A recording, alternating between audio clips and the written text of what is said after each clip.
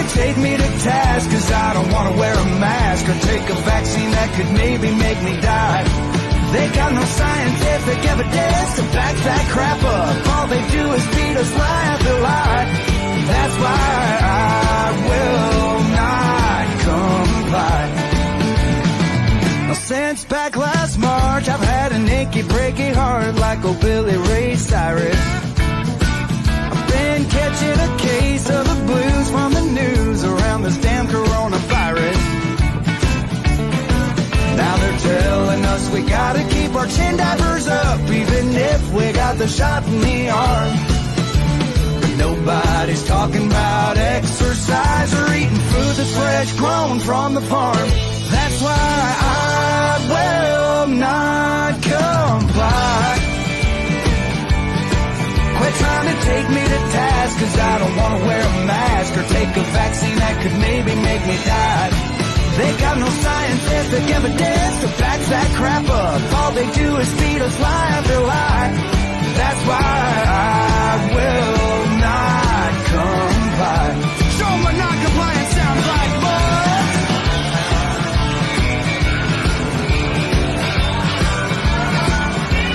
Oh, hell yeah. Now listen, y'all. The only way to stop the violence is for us to break the silence right now. So if you tend to agree and you're pissed off like me, stand your ass up and scream it out loud. Sing, I will not comply. Quit trying to take me to task, cause I don't wanna wear a mask or take a vaccine that could maybe make me die. They got no scientific evidence to back that crap up. All they do is feed us lie after lie. That's why I will.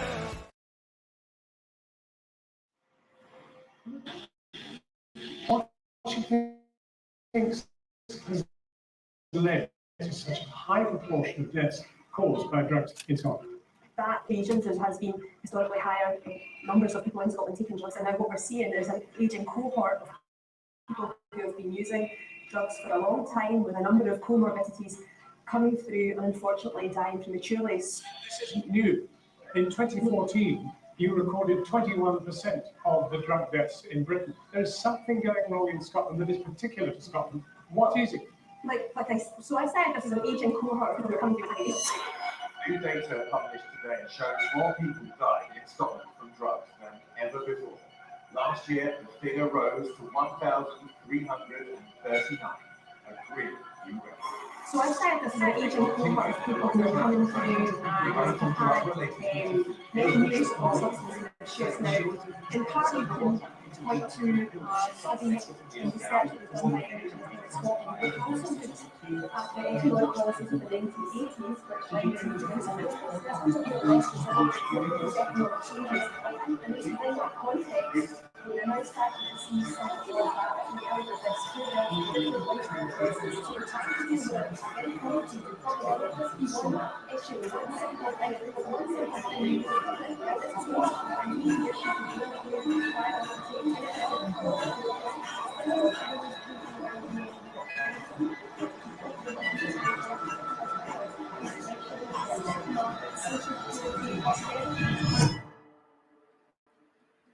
What you're going to hear tonight is no glamorised train spotting story.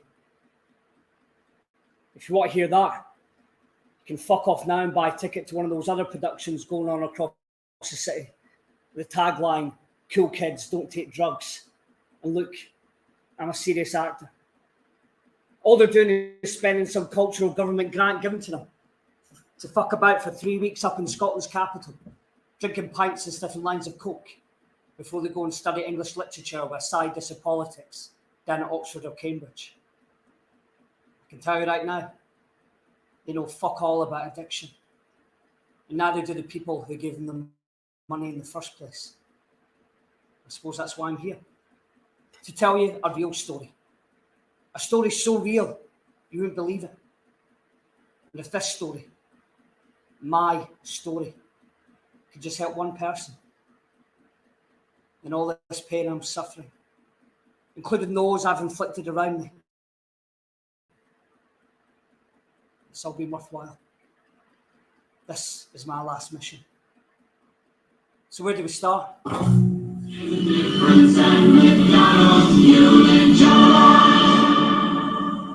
was born the 2nd of June 1979. And to tell the truth, it was a great year to be born. I was also told I was a cute baby. Don't be cheeky now. Hard paper round, I know, but that's what they were saying. But then again, have you ever seen someone go up to a parent and say, you know what? I hope your child does good at school because with those looks, they're fucking going nowhere. It's funny, the things we say in social circumstances. We refrain ourselves from telling the truth. We hide the truth and tell the lie so we can be accepted. One of the other things I always hear is, oh, he must have come from a poor upbringing. Or maybe there was no strong father figure. Broken family. I can tell you right now, me and my brothers had a dad, and oh boy was he strict. Do any wrong and we're all lined up and belted. I used to go last in line thinking that by the time he got to me, he would be tired or perhaps he would feel sorry. Did he go lighter on me? No fucking chance. He loved us all equally, you see. But he was a strong presence. Amazing at sports. Football being our drug of choice as a family. Game of headers. Concrete football pitch. Not a blade of grass in sight. No soft landing. The only green is my shirt. Game of headers. The four of us always competing for Dad's attention. I'm trying my heart out, but it's clear that my brothers are far more gifted than me. 50 pence head. He used to call me that due to my inability to head the football. The ball going off at all angles except for the fucking goal. Did I score? Well, that was just a flip of a coin too. Why do you always close your eyes when the ball comes to you? It hurts, Dad. It's only hurting because you've got your eyes closed. It's at the top of your head. I thought that was the whole point. Not with that part. The forehead. I don't have a 50 pence head, do I, Dad? No. That's just your brothers having fun.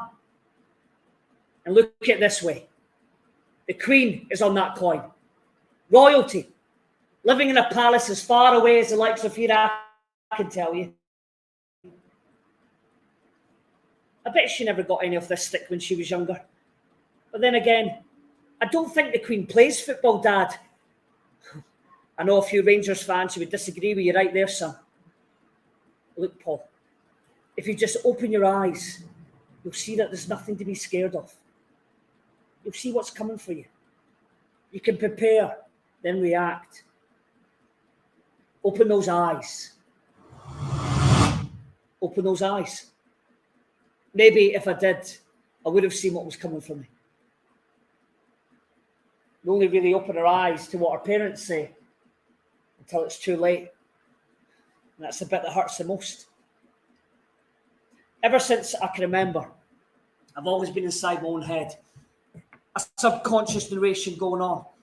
A narration of being alone and what I thought I was going through. As a child, how was I supposed to know what was happening to my body? The feelings, puberty, body changing, embarrassment, a society that deems it an unnatural topic that should not be talked about. It's one of the most traumatic events in a person's life yet. You have to go through this alone at an age that you hardly have the vocabulary or even mindset to even process it. But here I am, hiding the truth and telling the lie, thinking, am I the only one? Jealousy. Maybe that's where my choices define me. A troubled soul. I felt like I was adopted. They used to talk me off, the mum and dad included, that I was found in a dustbin. Maybe try getting their attention. You're right. 9 or 10 years old, Arcade, Portobello Beach. I went to the toilet and noticed a box of matches on the floor. Bit of a firebug. I picked up a single match and struck it. I was instantly transfixed. Suddenly my finger was burning and I dropped the match into a bin full of paper towels. Now, unknown to me, a security guard was taking a shit in the next cubicle. Just my fucking luck. Scruff of the neck, marched down to Portobello police station. Mum was at work, so of course Dad had to come and get me. No brothers in line this time. Belt in hand, whack. It wasn't child abuse. It was just to give us a scare, teach us not to be bad. Being bad was going to be my choice. My choice to get attention. Attention to be accepted to a group. To feel wanted. Don't get me wrong. Me and my dad had a close bond and still do. Well, as close a bond as a loving father could have with his son who made his life a living hell. One of the things that we did bond over was a love of fast cars. Just me and him, no one else. Our first car I unfortunately wrote off. It wasn't my fault. It was those fucking cobbles on the grass market. I get that they're traditional and great for tourists, but driving over them is literally a pain in the arse. Due to this unfortunate accident, my next car was chosen for me in my cousin Danny's garage. A car that, if the same was to happen, the financial loss wouldn't be that bad. But of course, I had a list of requirements. Right, 5 doors so my friends can get in the back, because lifting the seat is fucking annoying. Check. The car engine size has to be at least 1.1, as Edinburgh is quite hilly. 1.3, check. The car has to be sporty looking. A Nissan Cherry, perfect. Danny, it's fucking maroon. And I support hips. Oh, I can see why that could be a problem. It's more than a fucking problem. If I park this car anywhere near Easter Road, then my car won't need the added air conditioning package. How come? Because each window will be panned in, that's why. What about the XR3? Sorry, it's not on your budget. Look, it's an easy fix. It's all about perception. Perception? Yeah, how you view things. I get what fucking perception means. I don't know how you can perception this car is not being fucking maroon. This car is not maroon. How is this not maroon? It's brown. A brown cherry. Despite this, the car did the job. It got me from A to B. And that's all I've ever wanted in life. Just the basics. I've never wanted for more. I've only ever wanted more for others.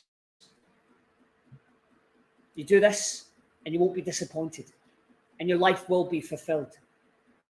When the odd surprise happens, then that's the cherry on top of the cake. A cherry that my dad gave me a few weeks later.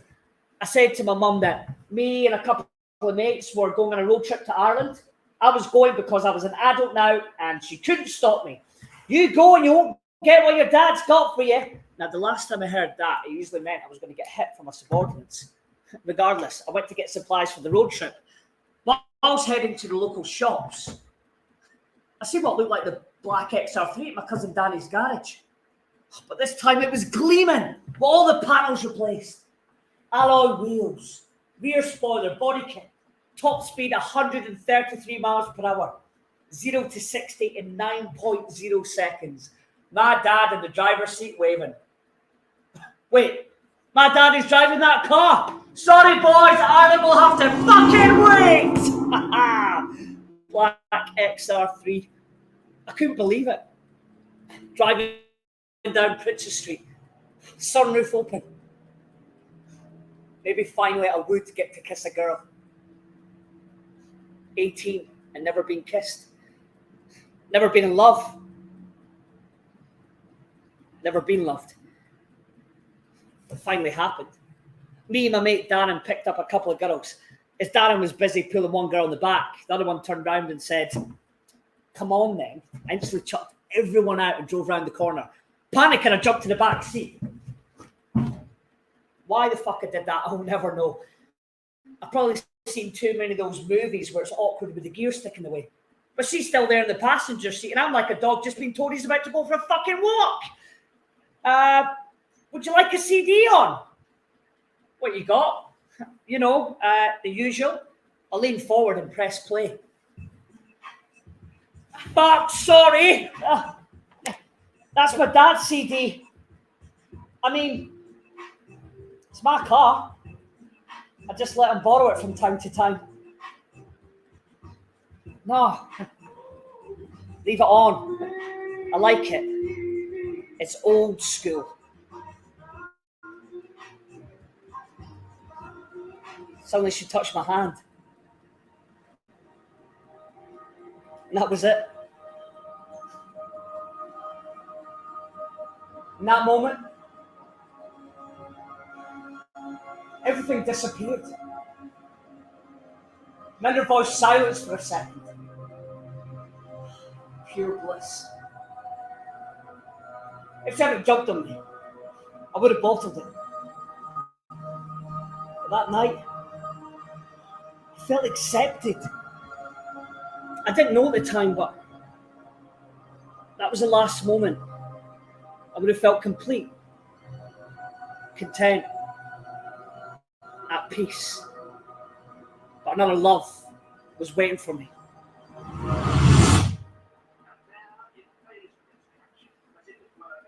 I've always been anti-drug.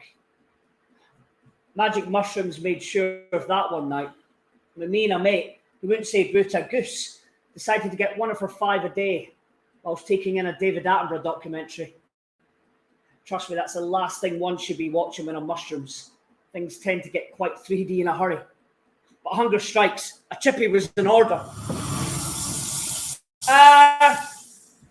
Hamburger chip roll, please. Suddenly, my so-called quiet pal launched himself over the counter, picking up a brown sauce bottle and squirting it all over the guy. Now, you wouldn't get this in Glasgow due to their love affair of salt and vinegar only. But we managed to get my mate out. But then he just continued to just grab people's hair and just stand like a statue. When they moved on, he would just grab their hair again. Grab, statue, grab, hunger. Fuck, my chip roll I ordered. You ain't fucking there. Would you like sauce with that? Yes, please. But on the roll? Sorry about my pal. When I came out, my mate was gone. Mushrooms had turned him into a lunatic. Later that night, we were passing by in the car and noticed a jumper in the middle of the road. It was my so-called quiet pals. 200 yards, one belt. 100 yards, a pair of trainers. 50 yards, a pair of jeans. And then finally, a pair of boxers. We instantly picked them up and went straight to the police. What do you want, Boggie? Saving us trouble this time by handing yourself in? What is it this time? Arson? Shoplifting? Dealing? Being an annoying little prick? No, it's my mate. We found all his clothes in the middle of the road. And? Was that not a bit fucking weird? Well, it depends. Depends on what? Well, is there an outside pool? No. You're right then, it is a bit fucking weird. Well, what are you going to do about it then? Well, there's a report just come in that a man covered in mud has just walked into a pub not far from here. Fuck. But not to worry. He's home safe. How do you know? His dad phoned asking what pub he should return the light bulb he was carrying. Those drugs will affect your mind more than any other in the long term. I've seen people lose the fight. It's not nice. I was determined I would not be another statistic. From there on then, I was known as Anti-Drug Paul. I soon realised that's why they stopped ringing the doorbell. No more. Is Paul in? Still waited though. Hours and days passing by and still no one came. Alone. Again.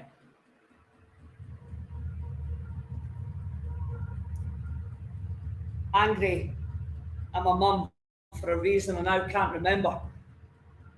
I decided to go look for them. Eventually finding them down by the sea. Sardines crammed into a tiny Ford Fiesta can. Sardines that, when pulling up alongside them, completely ignored me. Smoke bellowing out the car. The smell of rotten fish First flash of tinfoil, Milky Bars and Kit Kats at hand. What the fuck's you doing?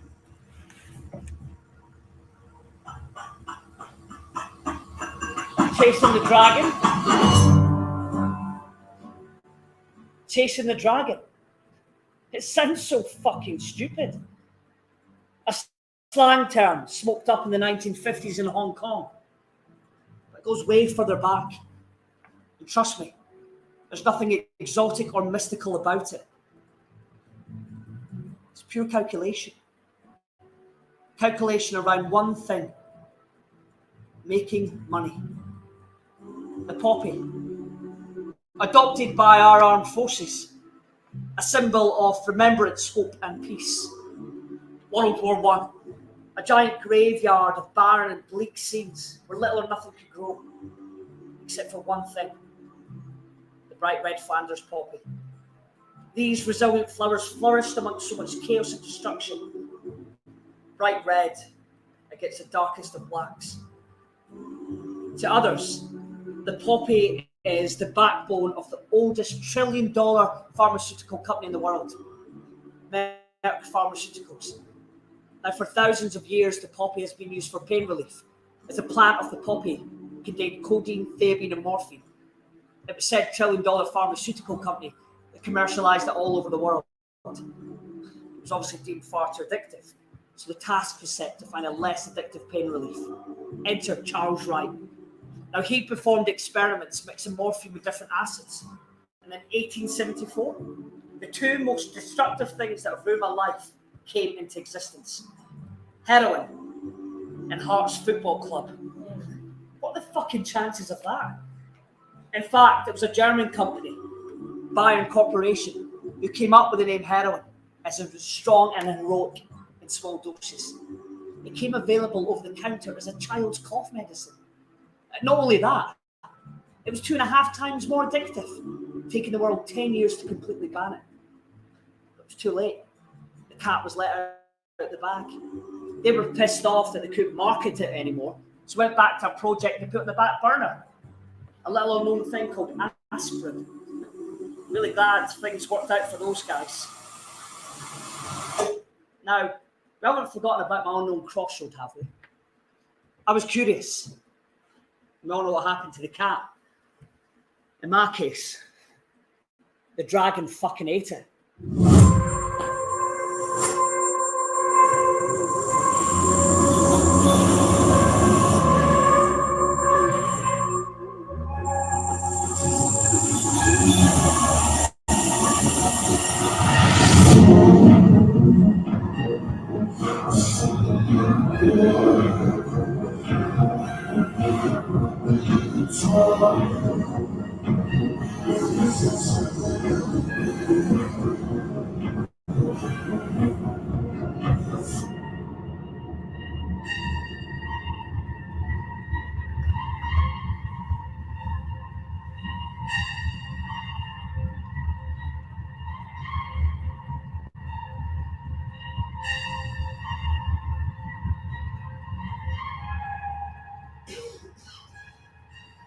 The entire area was flooded with drugs.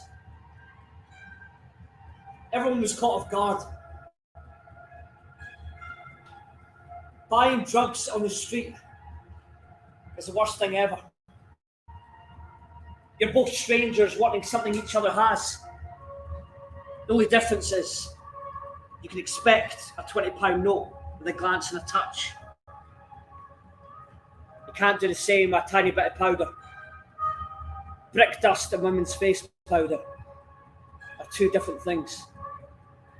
Two different things which cost me a £20 note. And trust me, I don't wear makeup. I often get asked, what's it like? To tell you the truth, it's fucking amazing. And I'm not saying that after this that instead of going to the bar for a beer in a plastic cup or a glass of rosé, instead you go off menu and take a hit. You know, to really get your fringe experience going. The opposite, in fact. The truth is, The drugs do work. Heroin blocks your reality. An enormous cloud comes over all your emotions, and you enter an almost coma-like state, conscious of everything that's going on around you. You just can't move. A heavy daydream where life is bliss. No worries at all. Except for becoming a dad.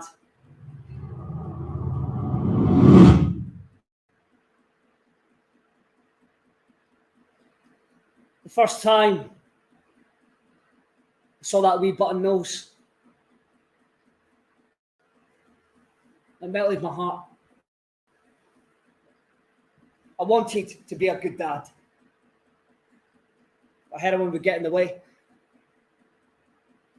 My only happy memories of when my daughter was wee was just the two of us. I could shut all the noise from the outside world. Shut out all the noise from the inside world and just speak to her.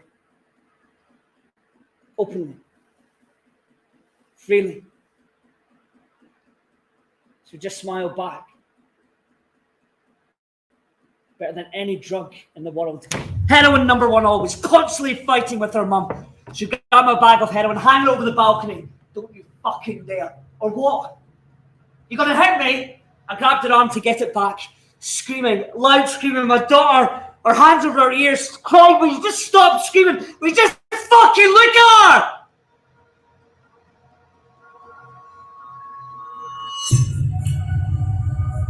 You're addicted. Wrong. I'm in control. Far from it. You took it for a reason. It's grabbed you. Wrong. I'm in control. Police at the door. Arrest him. He battered me. I'm a monster that has no problem hurting the people closest. I've been nothing but honest my whole life. Told the truth. I've never battered anyone in my life. I've defended myself, which doesn't make it right. I'm guilty for a lot of things, but never hitting women. The police could see the truth, and no charges were made.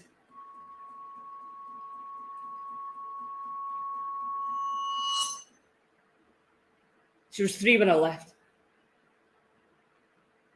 Visitation rights were granted.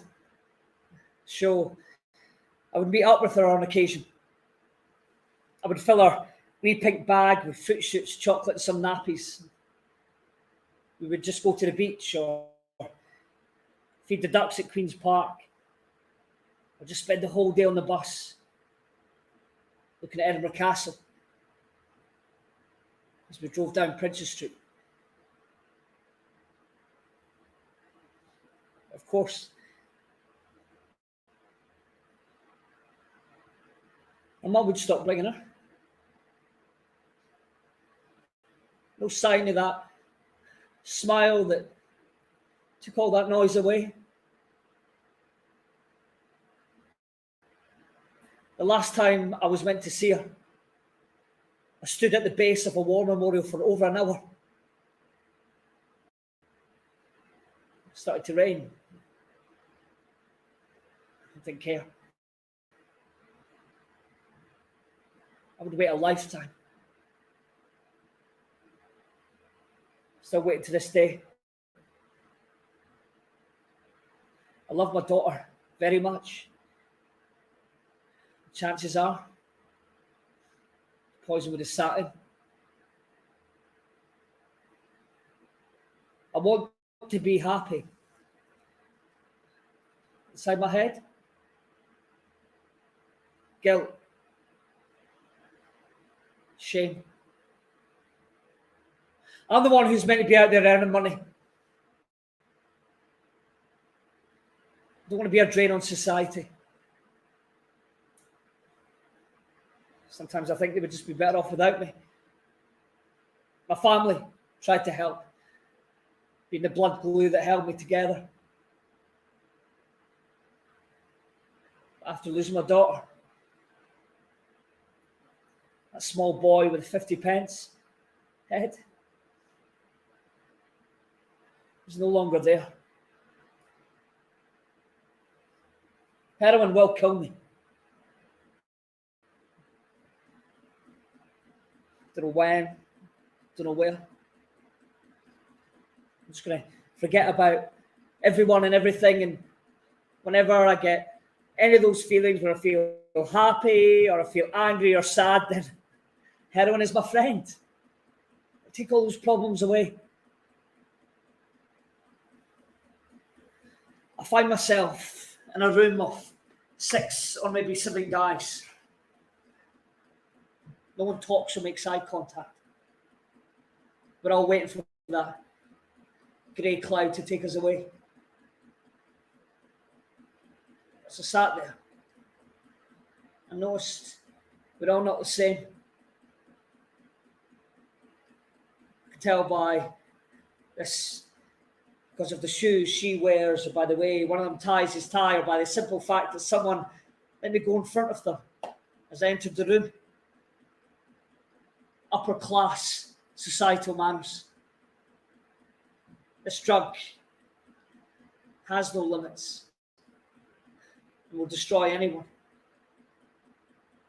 It has no care for class, race, or sexual orientation. No one's safe or immune. Trust me. I turned to face the corner. I notice an 8th person. I can tell he's already had his dark grey cloud, as when you hold the tinfoil, your fingers are blackened by the lighter and heroin residue. He touched his face so much that it took me a further few seconds to realise that he was only 8.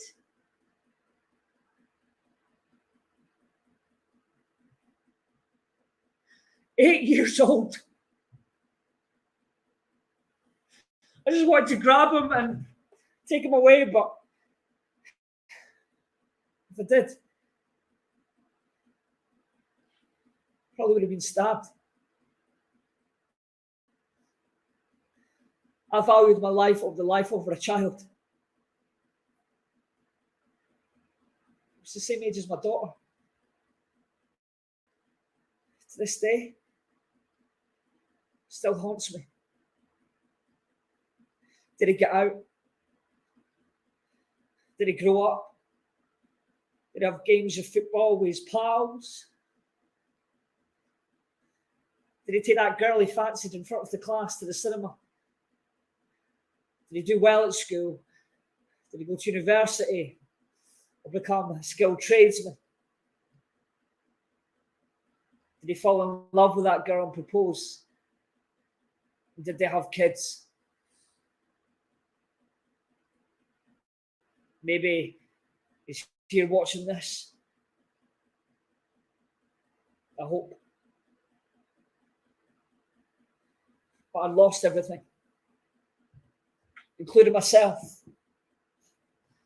A downward spiral. No chance of slowing down. Alone. Again. Headphones on. Most of my life, I've only heard music. Never listened to it. Until now.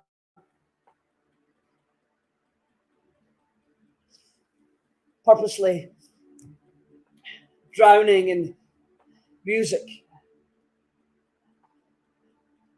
Feeling the emotions physically. Happy, sad, happy, angry, happy, sad. Purposely trying to find music that would bring that comforting grey cloud over me.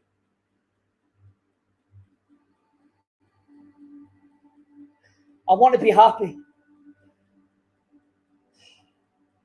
Just full of anger and hate. I've seen so many horrible things in my life. A world full of evil. I just want to die.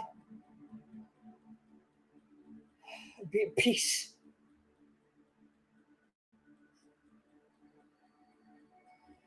At first, you try to deny the suicidal thoughts. The feelings are real.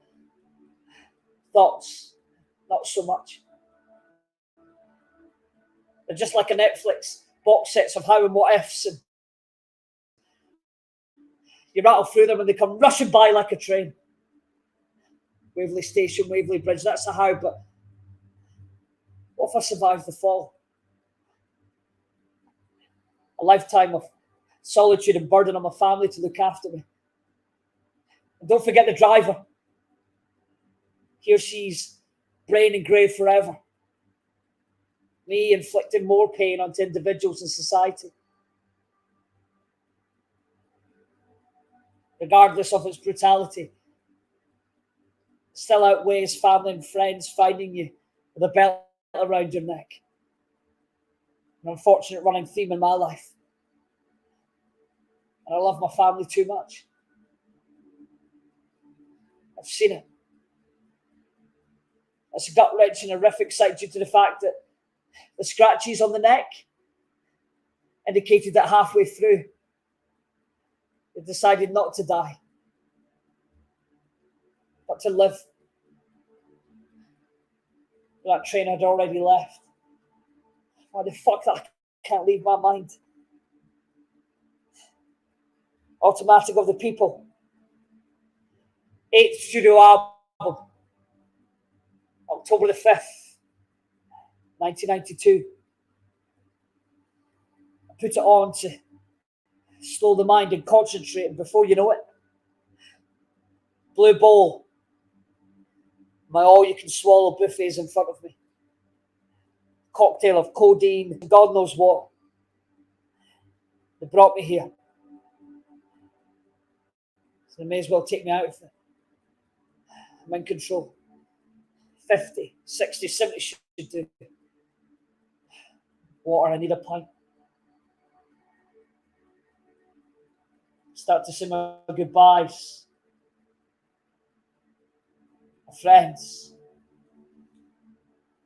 My brothers. My mum. My dad.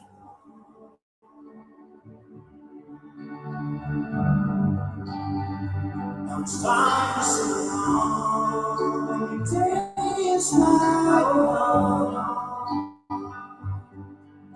oh, feel like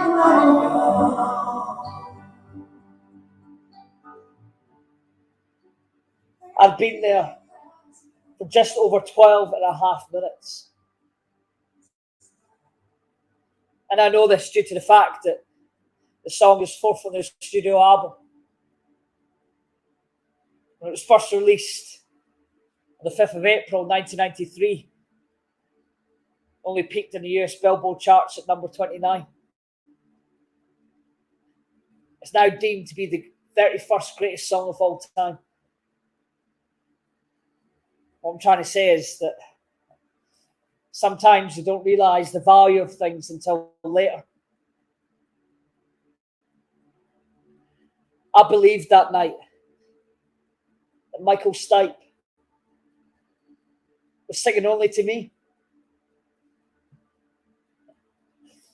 I know it sounds fucking crazy,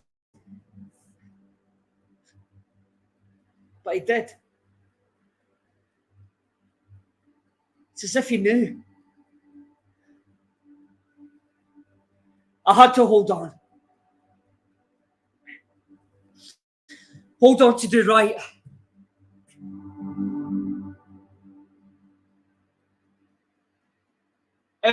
Everyone in this room is an addict. We're all addicted to one thing. From picking your nose to endlessly scrolling through cat and dog videos on Instagram at night. My addiction just so happened to be heroin, which I relapsed 13 times. I was asked if I wanted to go on a course put on by the Cyrenians charity. Some mind spoon bending Uri Geller guy from the United States of America was coming over to teach a group all about the power of the mind and that anything was possible. What a load of fucking bollocks am I going on that? It's got fuck all to do with addiction. Paul, please just give it a go. I'm not just having some Yankee prick tell me that it's easy as positive thinking. If that was the case, then Hibs would have won the Scottish Cup by now. You're an 8.5 stone skeleton.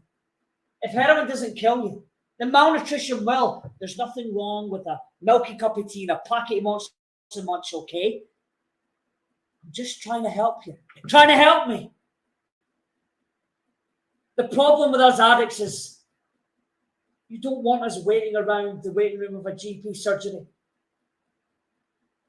When we come for a methadone, all we need to do is kick up fuss or tell a little tearjerker of a story. You get a shopping list of antidepressants and sleeping tablets and God knows what. We just sell this to get money, to buy more heroin, an ever-endless downward spiral. I went there, only due to the fact that the doctor said there was free tea and biscuits. Digestive biscuits with chocolate on them. That reminds me, if you ever go to someone's house and they give you plain rich teas or digestive biscuits with no chocolate on them, cut them out of your life straight away. Trust me. But then again, if you get pink wafers, a bourbon biscuit, Jaffa cakes, or a custard cream, they want to ask a favour from you. They know that you don't want to do it, but they now know that you have to do it because they've played the premium biscuit card. As I sat there, savouring the chocolate from a biscuit, I realised that I was actually starting to listen to this guy, even though I couldn't understand a word he was saying. It's difficult to understand. But a seed was planted.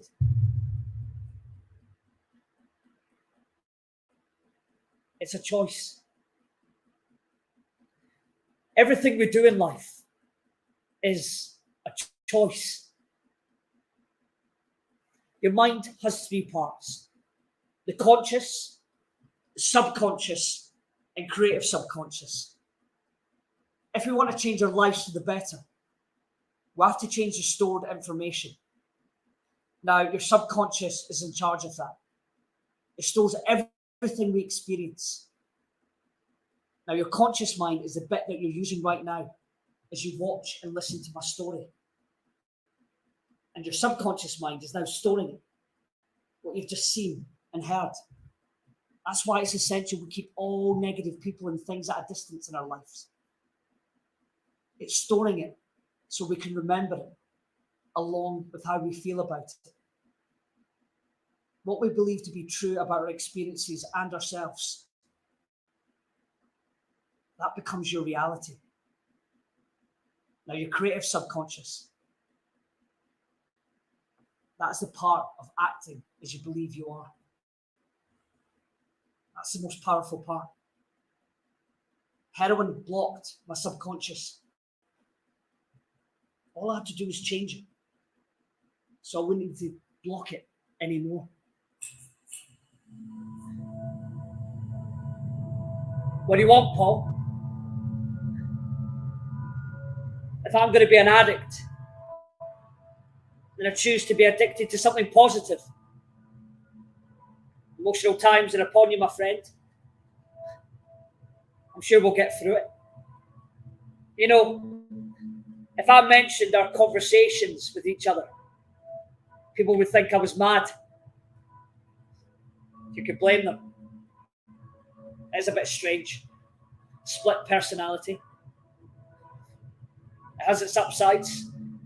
Like the fact I can now control you. Make a better life for us. A better life. He drove me to heroin. If I hadn't realised it in time, it would have killed us both. Don't ask for any more heroin, because you're fucking not getting any!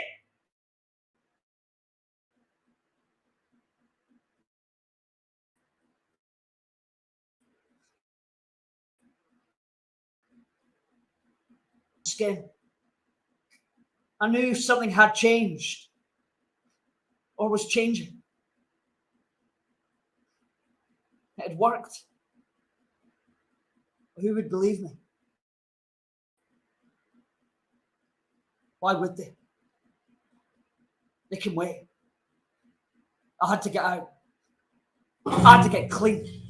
Today, detox is fashion. 3-day water diet. 7-day green tea cleanse. Skinny Boost 28-day detox kit for £30 available on Amazon. But for us addicts, there's nothing fashionable about going cold turkey. The term comes from the goosebumps people sometimes get on the skin that look like the skin of a cold turkey in a fridge. But my biggest worry about detoxing is not being able to complete it. I was an 8.5 stone skeleton. The diet of milky tea and Monster Munch had to go. Not only had my mind been locked up for 7 years, I'd hardly left the floor of the bottom of my bedroom. Getting fit is my new drug of choice. I had to get out. I had to run. Something was missing in my life. A purpose, a calling, if you will. I wanted to make my mum, dad, family and friends proud. I wanted to make myself proud. But more importantly, I wanted my daughter to be proud. Proud of who I was now. Growing up and looking back and saying, my dad did good. My mum said I had a heart of gold. And to tell the truth, maybe she was right. I want to do good. Not just for those around me, for others too. So, what was it to be? I fancied joining the fire brigade, but the application form was the size of the fucking yellow pages. Plus, I could see how the interview was going to go. Mr. Boggie, do you have experience in fighting fires? No, but I know how to start them. Then there was the idea of joining the police force. I mean, I have a PhD in drugs. I could put that to good use. But due to the fact that most of my friends in Edinburgh are drug dealers or gang members, probably not the best idea. However, fate came by me in one of my jaunts around Edinburgh. I remember reading a newspaper and an article caught my eye. Join the army. Be the best. Amazing, I thought. Age restriction, 27. Fuck. I'm about to turn 30. Something brought me here. Right here, in front of the recruitment office. Well, what have I got to lose? I thought to myself. So, I went in. Take a seat, sir. So, you want to join the army? I think so. You think so? Aye. It's yes, sir. No need to call me sir. I was meaning me. Oh, yes, sir. I would like to join the army. A Boggie. How old are you? Almost 30, sir. Are you fit? Well, I go running every day. I'm in the gym, bit of boxing now and again. Great, good stuff. I'll get you the Scots Guards. Wait, has he just told me I could join the army? I ran home that day faster than ever. I went straight onto Google. What exactly is the Scots Guards? Toy soldiers, ceremonial duties, Windsor Castle, Buckingham Palace, front line of Afghanistan. I'm doing this. People are going to laugh. And people are going to doubt me. I'm going to prove them wrong. Prove something to myself. Strip down boxer shorts, hop around like a frog. Fuck knows why. Something to do with checking your ankles or something. But to tell you the truth, I just thought the doctor was some fucking weirdo who had some Kermit the Frog fantasy. But I was flying through this. I've never been fitter in the shape of my life. And he turns round and asks me, have you had any alcohol or drug-related problems in the past?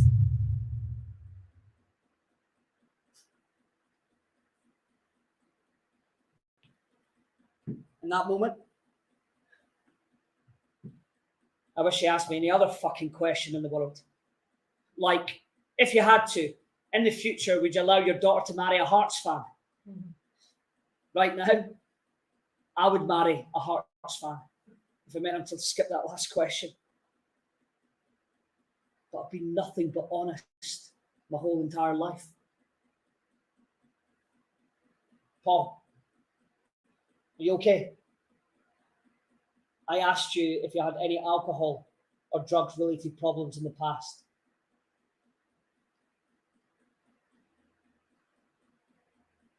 Yeah.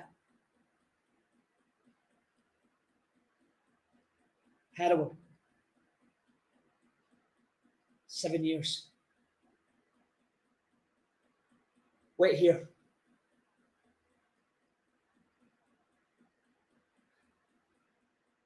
Why did you just not lie for once in your life? I was just waiting there. 15 minutes. The longest 15 minutes of my life. He comes back. You've been clean long enough. And you're in very good physical health. Enjoy basic training. Basic training! A 1.5 mile race. I put the work in. I knew I wouldn't be last. Straight out in front to the amusement of everyone. Ha ha! Look at Boggie, the old bastard. He's gonna fail. New nickname, Grandad. I came in second though. But from that moment, I had respect. Not just from the PTI. All ranks. A guardsman has 2 lives. The green life and the red life. And that means one thing. Drill. 2 left feet. Old dog and new tricks echoed around the barracks. The discipline required on the drill square is the same as the discipline required on any modern battlefield. Neck back of collar, chest puffed out. Right turn! Leg must be 45 degrees. Attention to detail is everything. It starts with the uniform we wear to drill, to what happens on the battlefield. The slightest of mistakes can be the difference between life or death. Not just for you, but for your newfound family around you. Detail matters. If they said it doesn't matter where your thumb is, then the evolution of that is it doesn't matter where your hand is. And before you know it, everyone is roughly carrying out a drill movement, and that's where people get hurt. Trainee Guardsman Bogey, why are you moving on parade? I've cut my ear, Sarge! Practicing bayonets. I couldn't escape the drama that followed me like a dark rain cloud. Final try. I cut my ear with a bayonet. Please don't ask me how. I can feel the blood slowly dripping down my ear. If you think you're Vincent Van Gogh, you can leave now! Would you like to leave? No, Sergeant!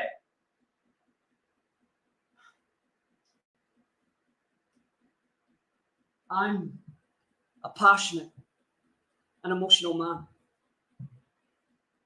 I'm not ashamed of it. My mindset during training was that if my friends got hurt, I'd pick them up. I was the fittest and oldest and had responsibility. Responsibility. During training, they tried to break me down. But it wasn't working. My mind had already been broken down. And I built it back up. Our motto engraved. No one assails me with impunity. Meaning, no one who harms me will escape unpunished. I've never been to London before. I'm getting there.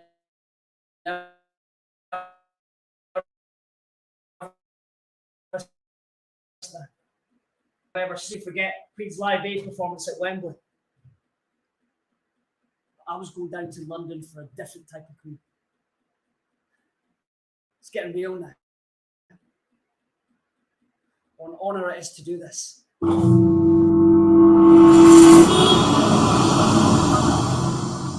Black cabs, famous red telephone boxes, famous red double-decker buses, shopping on Oxford Street, Selfridges and Harrods. London Eye, 10 Downing Street, Big Ben, the Tower Bridge, Tower of London, only fools and horses, Paddington Bear, Platform 9 3/4, Chinatown, Soho, West End Theatre, Buckingham Palace, red tunics and bearskin hats, and of course, Her Majesty, Queen Elizabeth II. Being a guardsman in London comes with a lot of respect, especially from police. Years spent running away from them, hiding them my whole life. Not anymore. Right, I know the commands. Time to concentrate. My drill isn't the greatest. I watch videos. Yep, that's right. 28 weeks of training and here I am, brushing up on my drill from videos made by tourists. It's too late for that. It's time to get ready. Tunic, bearskin, rifle. We stepped off. Stand back from the Queen's Guard! The entire place just exploded in a magnesium firework of flashes. No faces could be seen. Just a tinfoil blanket of tourist admiration and wonderment. That was the moment I knew I'd turned my life around. That was the moment I knew my life had changed. But I'm no deer in headlights. I'm a well-trained Scots Guard and I have a duty to serve and protect the Queen. Posted at the furthest away point, I stand guard. I stand like a statue. But this time I won't be grabbing anyone's hair like my mate did. 10 minutes go by and the feet and legs start to hurt. Time to move, but I must make the exact same steps there and back. I was told the exact number before I left, but that was the last thing going through my mind. It was July, and it was fucking roasting. The 18-inch bearskin, designed to make us more intimidating on the battlefield against Napoleon, is slowly grinding me down. My rifle becoming heavier. My red tunic, designed to hide blood splatters that lowered morale, is getting tighter. H2O starting to form below my eyebrow. An hour goes by. I feel like a lubed up sex toy. Rumour has it that on occasion Her Majesty might bring the dogs out with a fresh glass of cold lemonade. You think that would make me excited? Just made things worse. Fuck it, how many steps was that again? Fuck it, just stand still, Boggie. This is nothing what I've been through.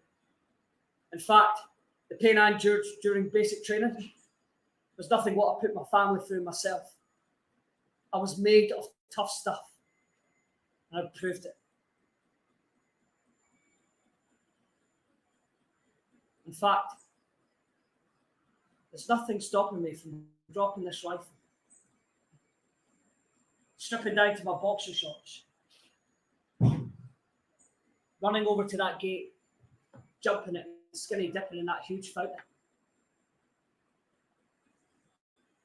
Made it tough. Suddenly, at the corner of my eye, a door opens. A door that shouldn't open unless, fuck, just stand still, Boggie. Say that you love the mighty Rangers and that you love dogs. I hear the sound, tiny feet. Breed. Pebblebrook Welsh. Corgi.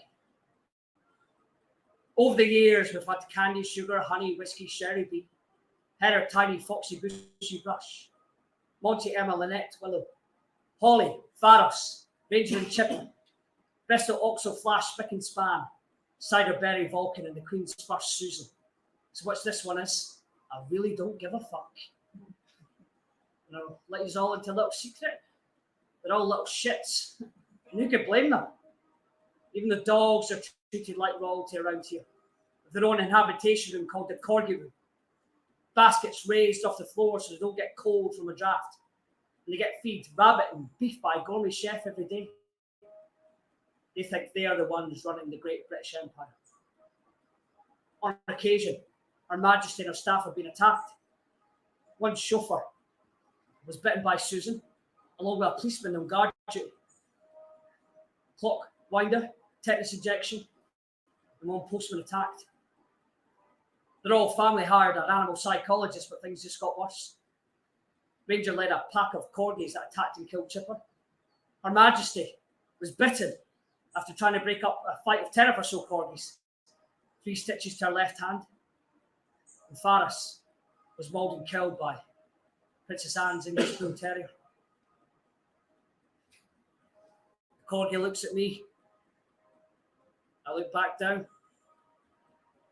A dog is better than I am, for it has love and does not judge. A glass of cold lemonade in hand.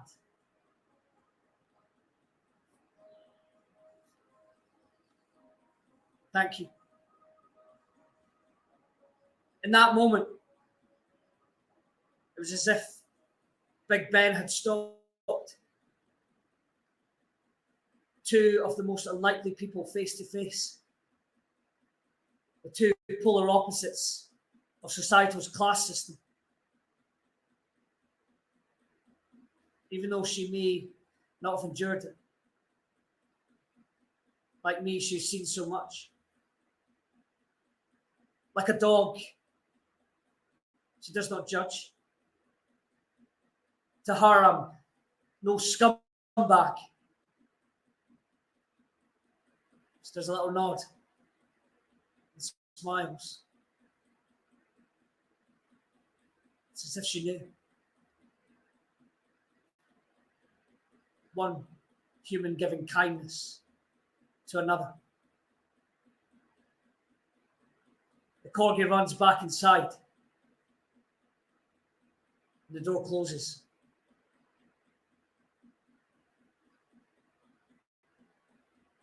In that moment, be it due to the heat exhaustion inside my head, the Queen was no longer on that 50p coin. Later that week, I was selected for the ceremony of the keys, a 700-year-old tradition where we lock up the Tower of London every night. And I did get to present arms to the Queen, where she gave a little nod and her signature hand wave.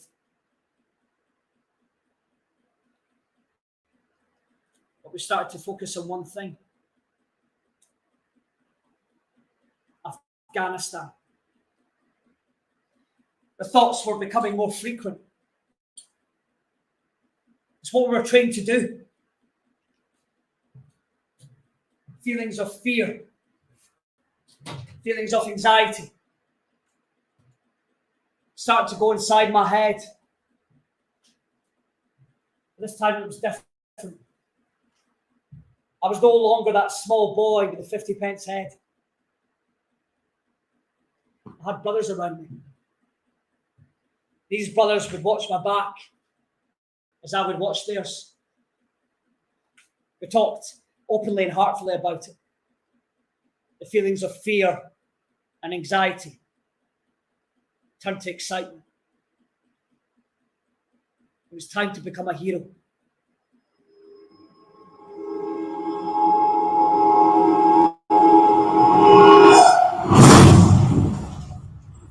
Boggie! Get out!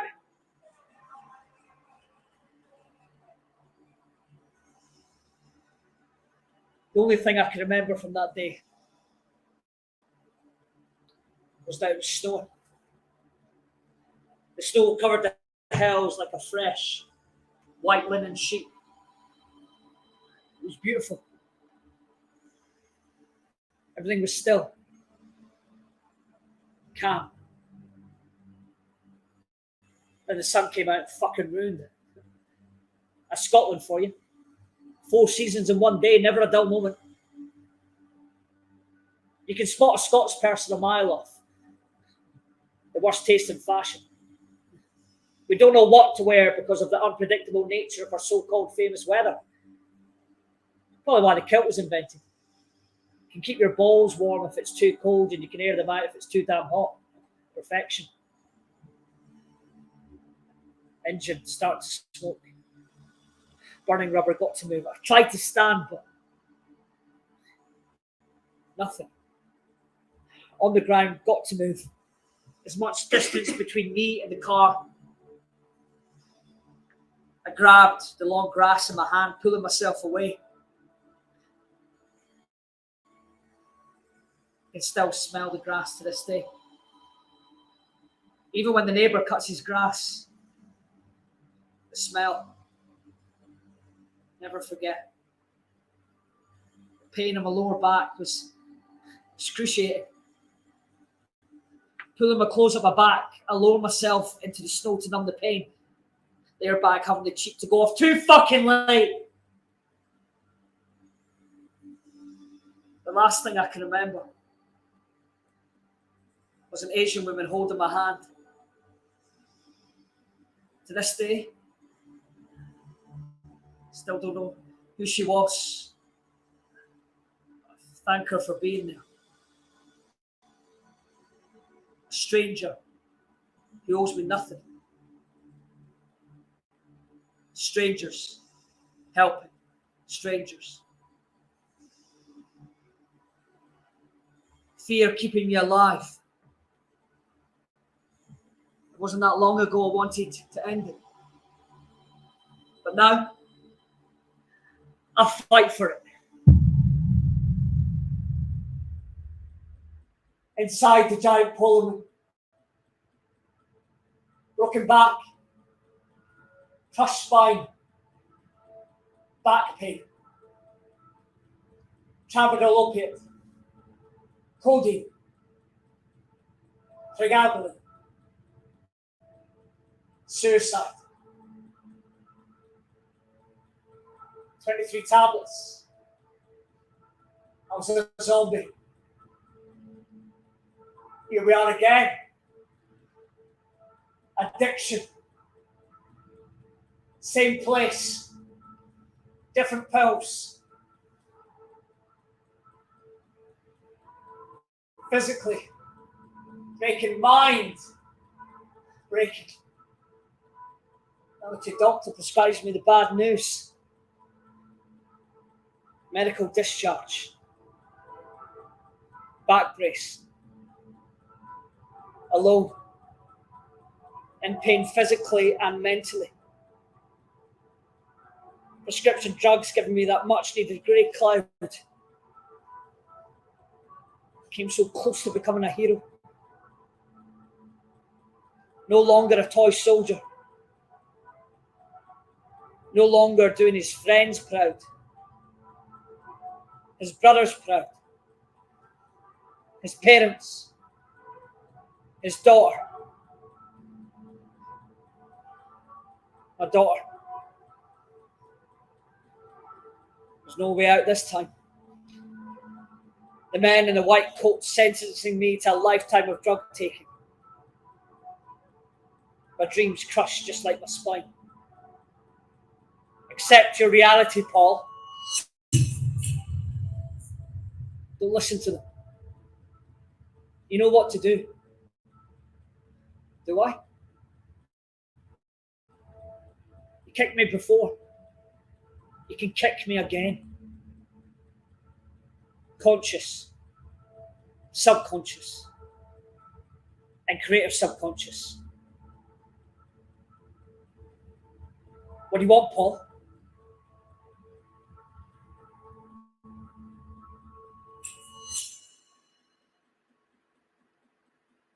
I just want people to believe. Believe that anything is possible. There is a choice. The prescribed methods don't work. The death rates rise as the pharmaceutical companies get richer. And the governments get universities and museums and healthcare centres subsidised for them. I've never claimed to be a hero. I suppose all heroes don't wear camouflage and shoot guns. It's that 8-year-old in the corner I'm doing this for. It's that future firefighter or police officer. My method and journey works. It doesn't cost a penny. Change the way you think about things. Conscious, subconscious, and creative subconscious. You do this, and your life will change. Take it from back. Twice. It's not the drug problem we need to tackle. It's why we went there in the first place. People need help. And I'm here to share my story. And if I could just save one life, then I think I deserve to keep the title. Just like the Flanders poppy, a symbol of my heroin days and me as a soldier. I've flourished amongst so much chaos and destruction to give a sign of hope. My name is Paul Boggie, and this is my last mission.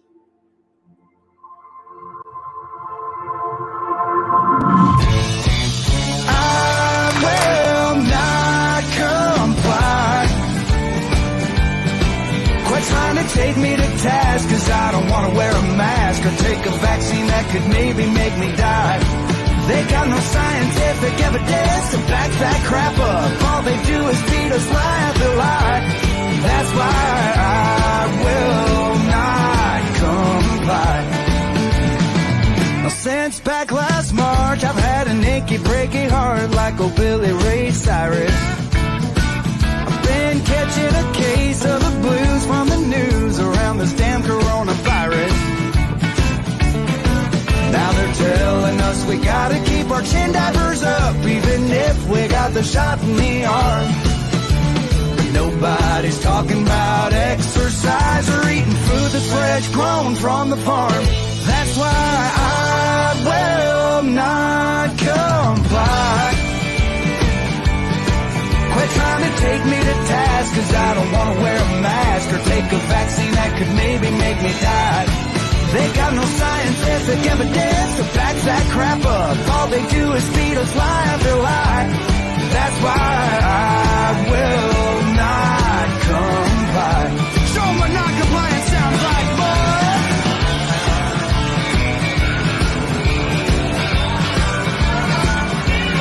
Oh, hell yeah.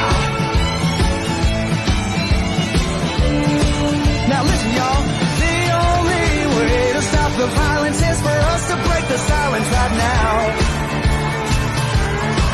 So if you tend to agree and you're pissed off like me, stand your ass up and scream it out loud.